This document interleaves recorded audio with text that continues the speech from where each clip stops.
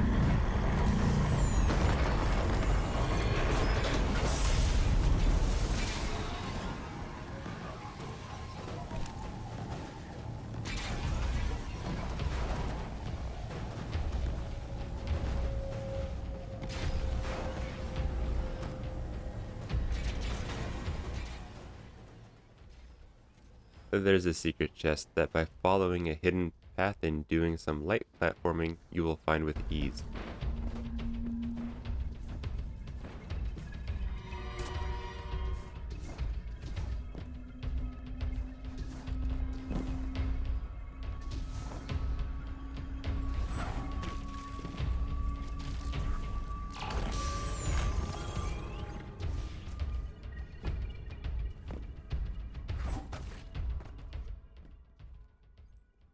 Now we have reached the first encounter. Now get comfortable, get cozy, because this location, it's going to be the same location for the first through third encounter. First encounter is Confluxes. There will be Overload Minotaurs. I love using Stasis here to control ads. Besides that, Thunderlord, Witherhorde, and Osteostriga are great choices for ad clear. I also suggest Burst Supers instead of Roaming Supers, or a heavy like Galahorn for mini bosses. Void Resist will help. A large Hydra named the Templar will spawn in the middle, and we need to break his shield. He will stay shielded for the next 2 encounters.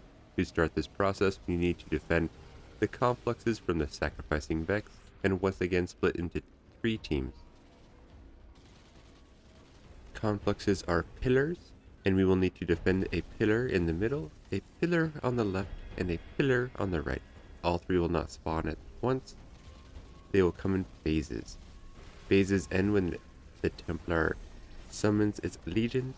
The first phase will have a complex in the middle, closest to spawn. The next phase will have the middle pillar disappear, and pillars will spawn left and right. The third and final phase will have 3 complexes. 4 red bar adds sacrificing will wipe the team. The wyverns need to be dealt with immediately, and burst supers make quick work of them. Watch out for the headless enemies called the fanatics. They will explode and leave a puddle behind that when stepped in will give you a debuff called Mark of Negation. The boss will be performing the Ritual of Negation, and once completed, you will die if marked. The only way to remove the mark is to go down the stairs in the center and enter the pool. Before entering, verify you are the only one marked, because once used, it will disappear. If multiple people need to use it, time it together so you all enter and remove the debuff at the same time. Once completed, there will be a long pause before the chest appears.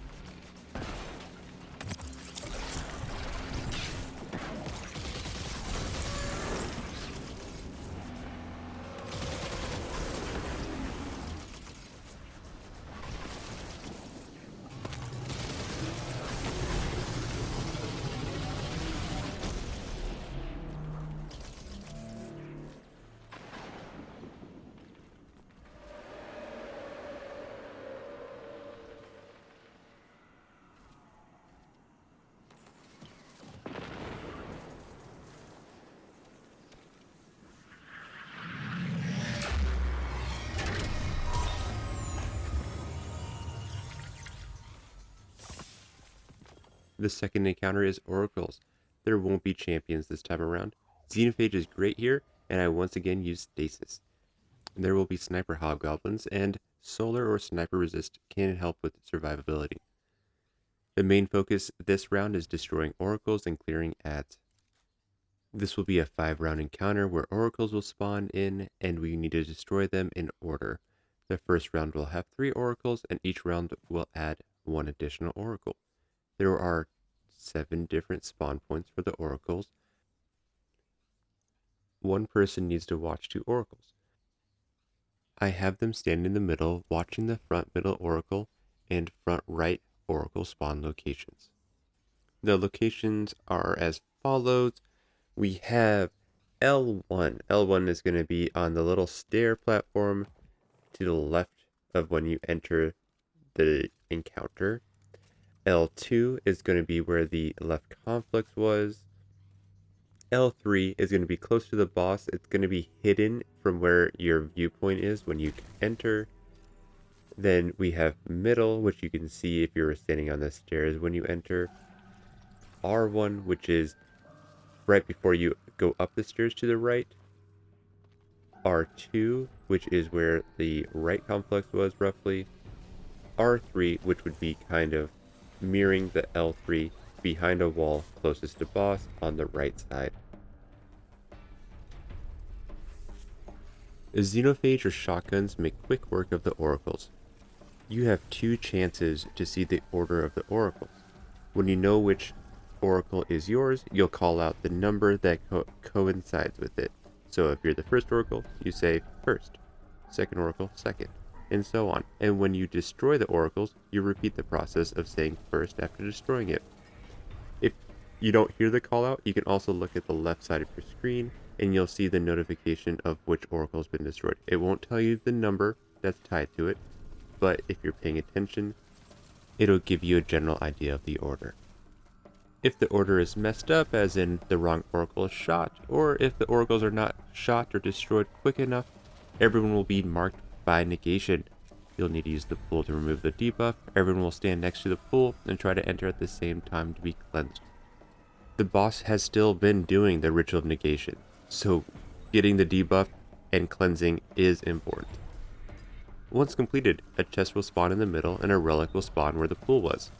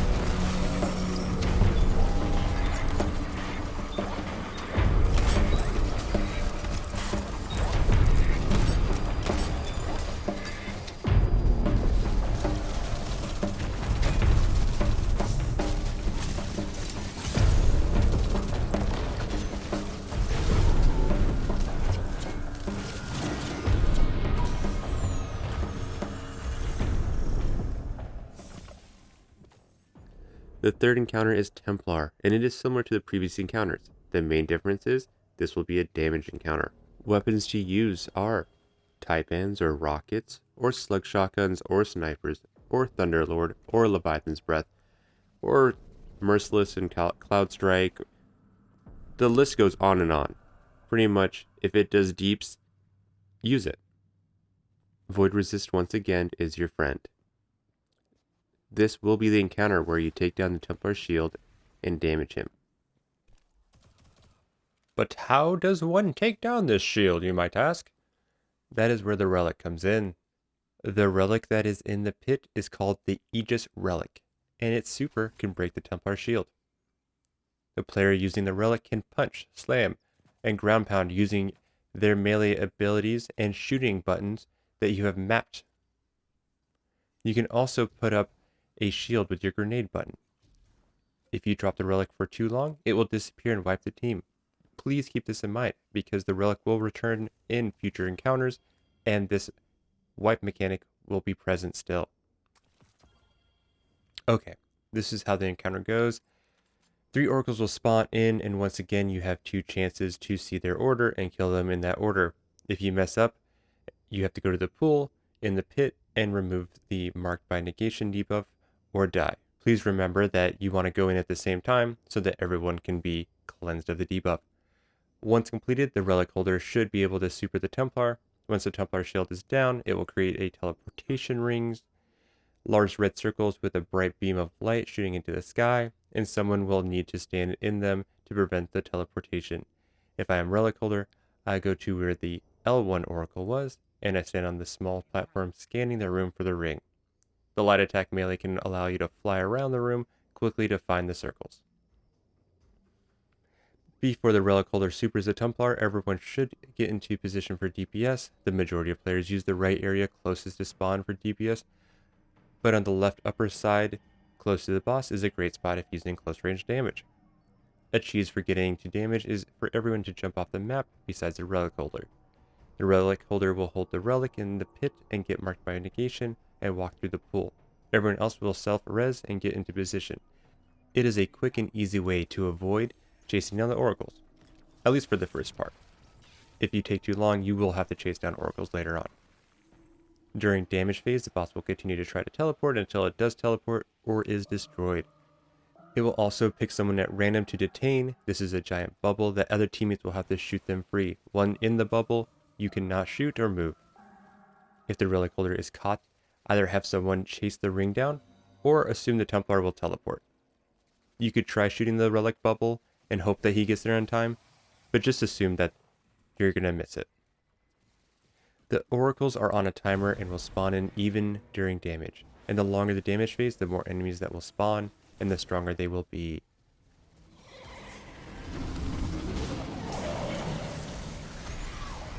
Guardian down.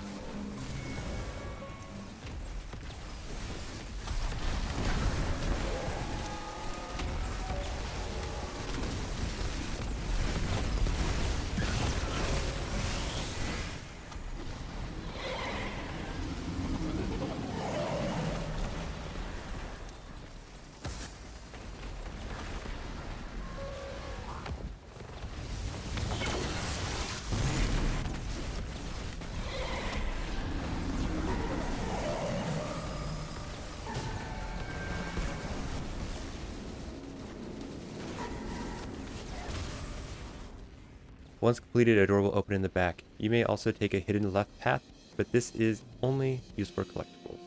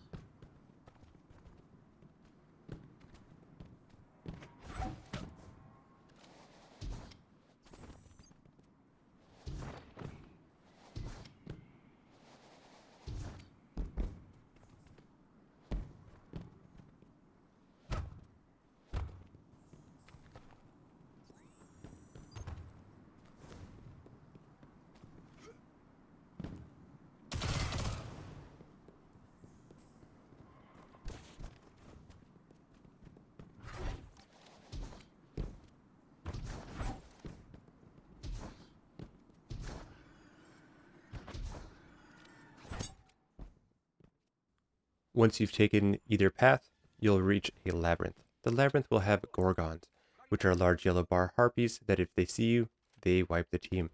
There are 3 large Vex cubes, and shooting all 3 will open a door to a secret chest on the right with a rally banner point. I would suggest not having one person try to get all the Vex cubes. You could have 2 people get all the Vex cubes. Like 2 of them are quite easy to get from the left path, but the last one can be easily missed, or you can be seen by a Gorgon quite easily, and that one is better to have someone take the right path to get it. Once you've gotten all the Vex cubes, the door will stay open no matter what, as in, you can wipe, start fresh from the beginning, and go to the right.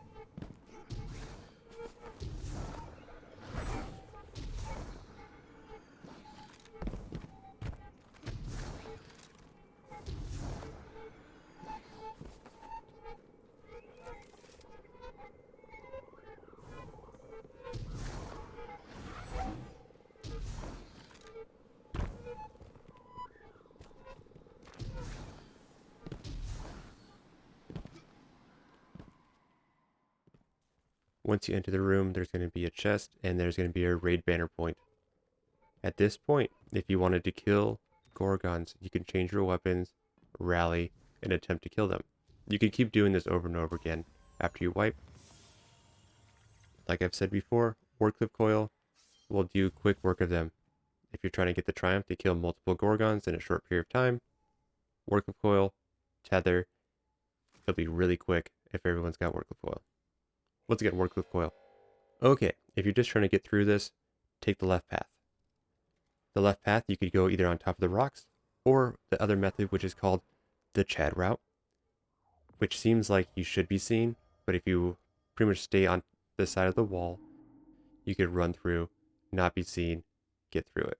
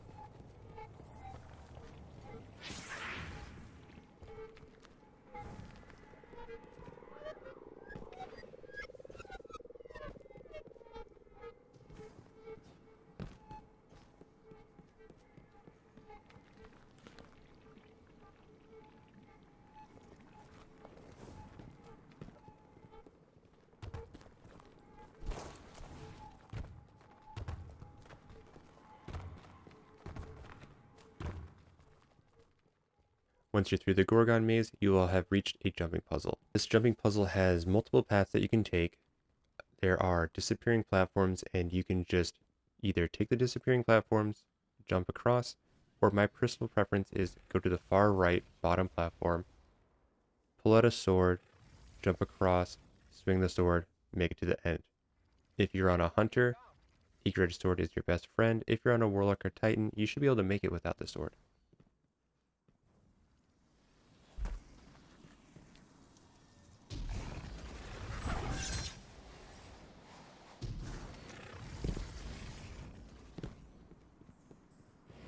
Guardian down.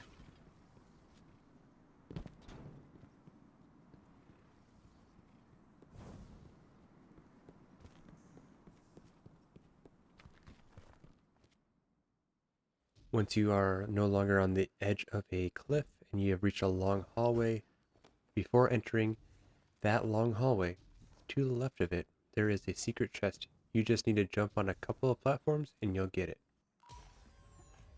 In order for the door to open at the end of the hallway, everyone needs to be close to the door.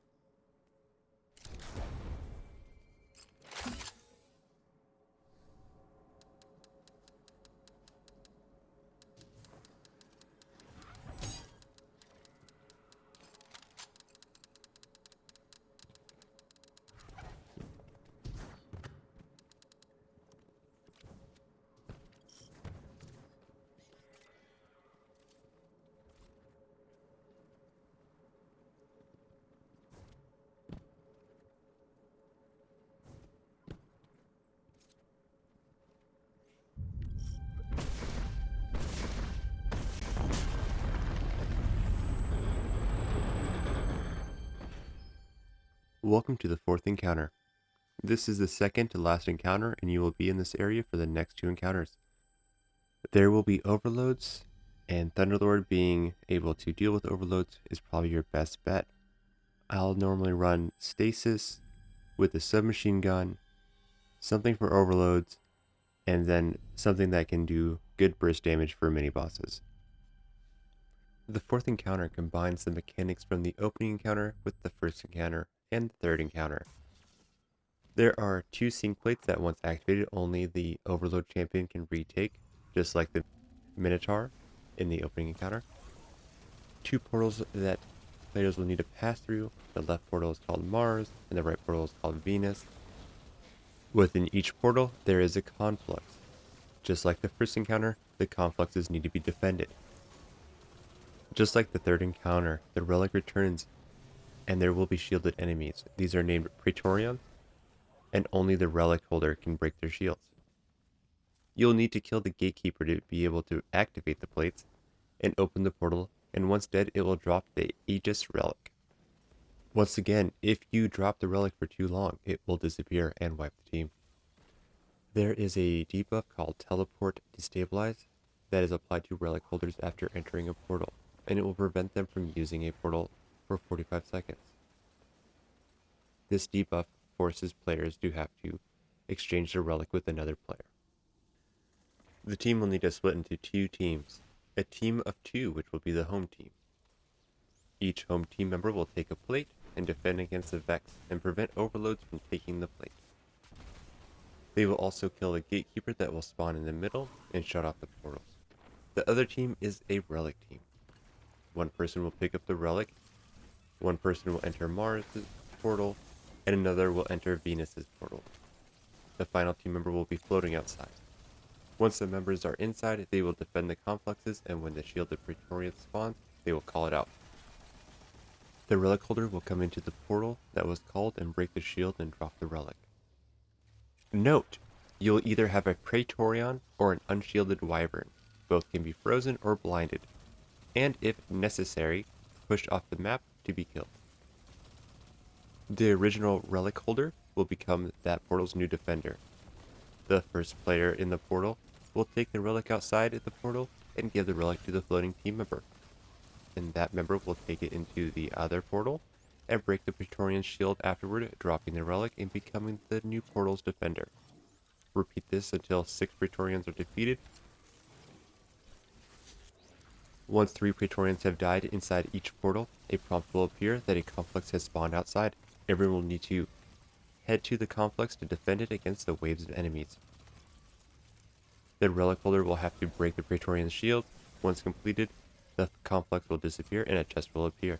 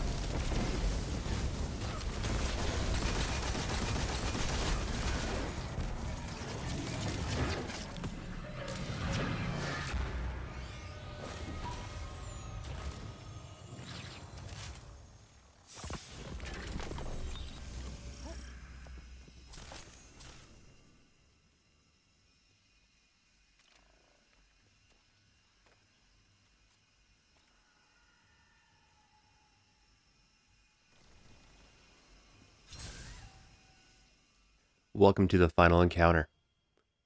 There is a Vex cube in the center that will start the encounter. You will want something with long range for damage and encounter mechanics, like Arbalist and Rockets, Taipans, or Thunderlord. Solar Resist is great for dealing with the Harpies. If you are a Warlock, I would suggest Starfire Protocol and Xenophage.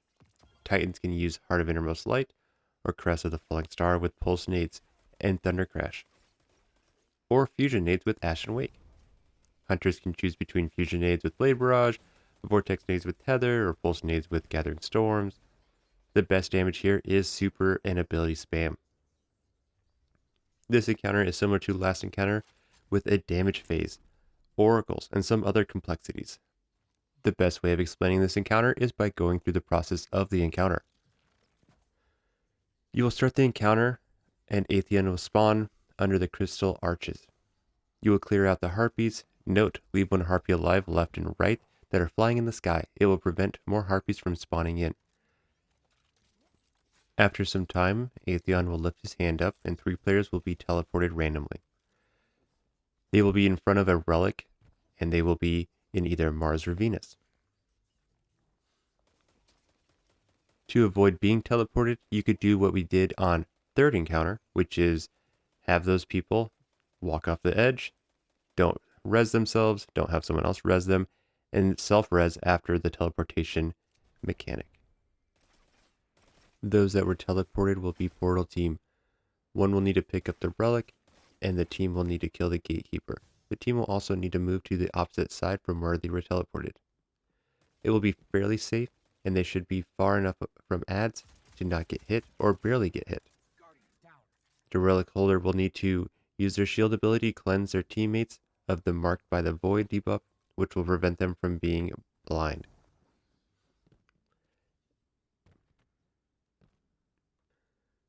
Portal team will need to call out if they are on Mars or Venus.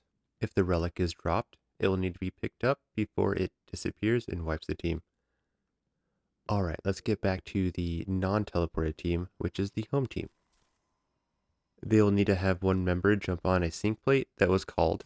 They'll be right for Venus, left for Mars, and once completed, they can get off. Nothing can deactivate the sync plates.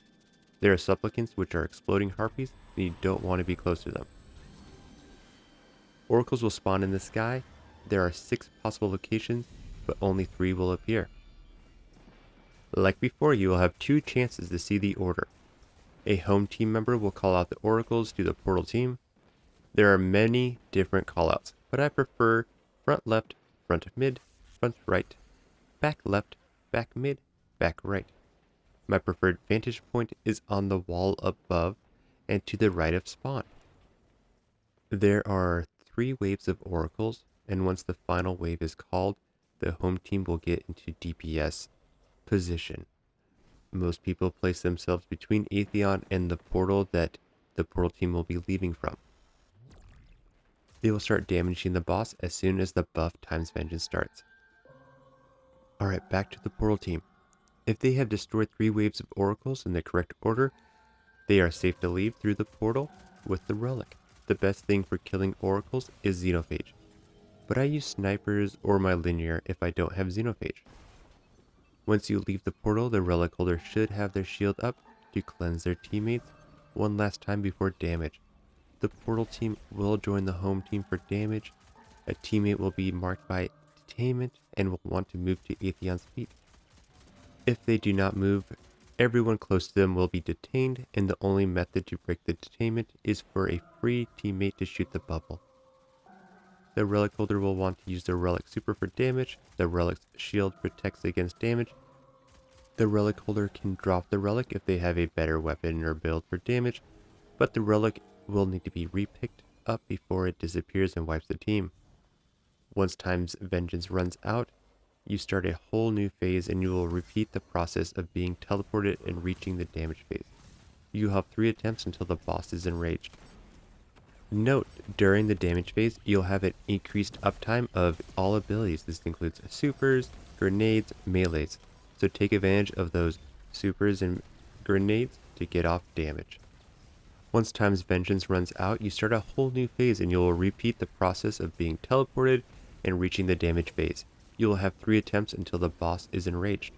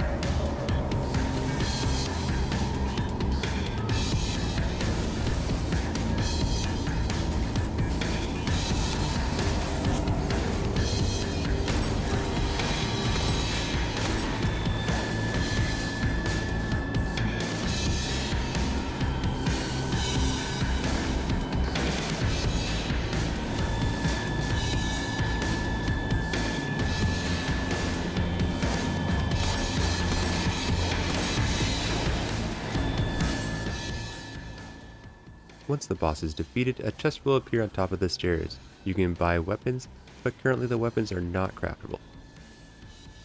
And congratulations on defeating Vault of Glass. Thank you for watching. If you found this video helpful, please like and subscribe. If you're interested in doing other raids, I have a Deepstone Crypt raid guide ready for you right now. Otherwise, you can find me on Instagram, Twitter, TikTok, Reddit, and I stream on Twitch. Thanks, GG's.